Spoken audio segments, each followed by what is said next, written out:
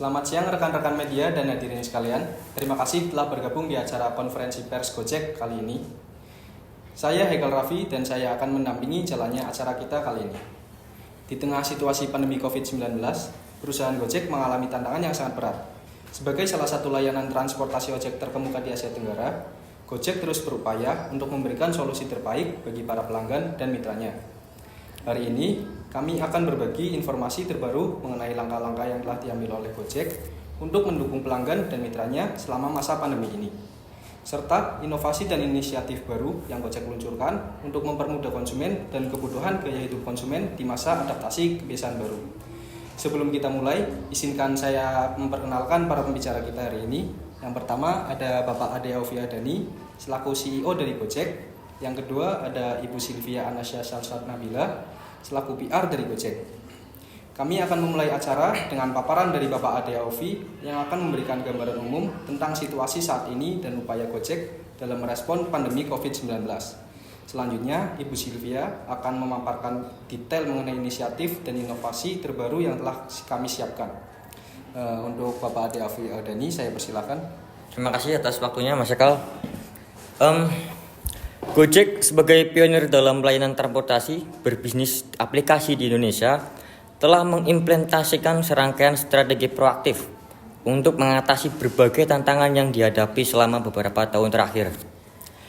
Dan krisis ekonomi hingga dampak pandemi COVID-19, Gojek berkomitmen untuk mempertahankan keunggulannya dalam memberikan layanan berkualitas tinggi kepada masyarakat.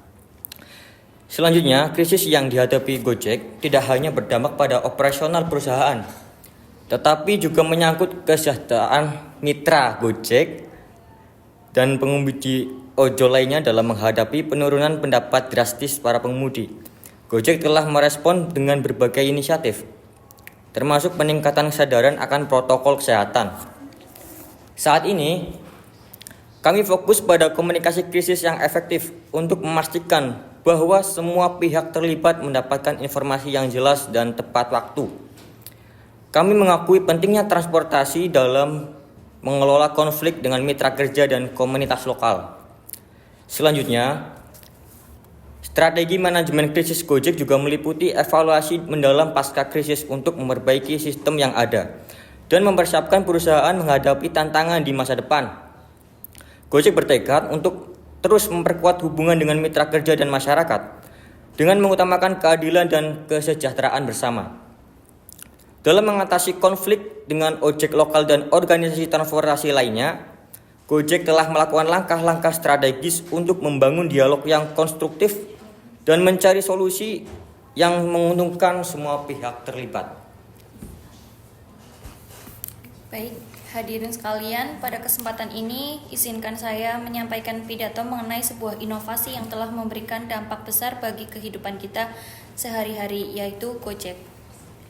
Gojek, sebuah perusahaan yang lahir dari gagasan seorang anak bangsa, Nadiem Makarim, telah merubah wajah transportasi dan layanan sehari-hari di Indonesia. Didirikan pada tahun 2010, Gojek awalnya hanya menyediakan layanan ojek panggilan melalui telepon. Namun, seiring dengan perkembangan teknologi dan kebutuhan masyarakat, Gojek berkembang menjadi sebuah aplikasi super yang menyediakan berbagai layanan, mulai dari transportasi, pengiriman makanan, pengiriman barang, hingga layanan keuangan dan kesehatan. Gojek bukan hanya sekedar perusahaan transportasi. Lebih dari itu, Gojek telah menjadi solusi bagi banyak masalah yang dihadapi masyarakat urban, seperti kemacetan, efisiensi waktu, dan kemudahan akses terhadap berbagai layanan. Dengan hadirnya Gojek, kita bisa memesan ojek atau taksi online hanya dengan beberapa sentuhan di layar ponsel kita. Kita bisa memesan makanan dari berbagai restoran tanpa harus meninggalkan rumah. Kita bisa mengirim barang dengan cepat dan aman. Semua kemudahan ini hanya bisa kita nikmati berkat inovasi dan kerja keras tim Gojek. Namun, di balik semua keberhasilan ini, tentu ada tantangan dan hambatan yang harus dihadapi. Regulasi, persaingan, dan perubahan perilaku konsumen adalah beberapa di antaranya. Namun, semangat inovasi dan adaptasi yang tinggi, Gojek berhasil mengatasi berbagai rintangan tersebut dan terus berkembang menjadi lebih baik. Hadirin yang saya hormati, kisah sukses Gojek adalah inspirasi bagi kita semua. Ini menunjukkan bahwa Dengan tekad, kerja keras, dan inovasi, kita bisa menciptakan perubahan yang signifikan dalam masyarakat. Mari kita belajar dari Gojek dan berusaha untuk terus berinovasi dalam bidang kita masing-masing demi kemajuan bangsa dan negara. Sekian pidato yang dapat saya sampaikan. Terima kasih atas perhatian dan hadirin sekalian. Setelah paparan dari kedua pembicara, kami mengundang rekan-rekan media untuk mengajukan pertanyaan seputar topik yang telah disampaikan. Untuk sesi tanya jawab, saya persilahkan. Oke, dari kami akan mengajukan beberapa pertanyaan. Yang pertama, apa yang mendorong Gojek untuk meluncurkan inovasi baru ini? Inovasi baru ini kami luncurkan untuk memenuhi kebutuhan pengguna yang semakin kompleks dan untuk meningkatkan kenyamanan dalam pengguna aplikasi Gojek.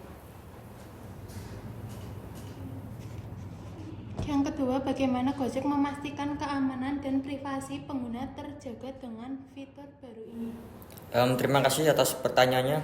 Ini sudah kami pikirkan matang-matang bahwasanya keamanan dan privasi pengguna adalah prioritas utama kami. Kami telah mengimplementasikan berbagai langkah keamanan dan kebijakan privasi yang ketat untuk melindungi data pengguna. Terima kasih. Oke, yang terakhir, bagaimana strategi Gojek dalam menghadapi persaingan di pasar yang semakin kompetitif? Untuk mengatasi persaingan di pasar yang semakin kompetitif, kami juga terus berinovasi dan meningkatkan layanan kami untuk tetap kompetitif. Kolaborasi dengan mitra dan memahami kebutuhan pengguna adalah strategi utama kami dalam menghadapi persaingan di pasar ini. Terima kasih. Ada pertanyaan lanjut? Oke, dari kami cukup. Terima kasih atas jawabannya. Baik, terima kasih atas pemaparan yang diberikan oleh kedua pembicara kita, yaitu Bapak Ade Aufi selaku CEO dan Ibu Sylvia selaku PR. Dan terima kasih juga kepada rekan-rekan media yang telah hadir pada kesempatan kali ini. Demikian konferensi pers hari ini, kami ucapkan terima kasih.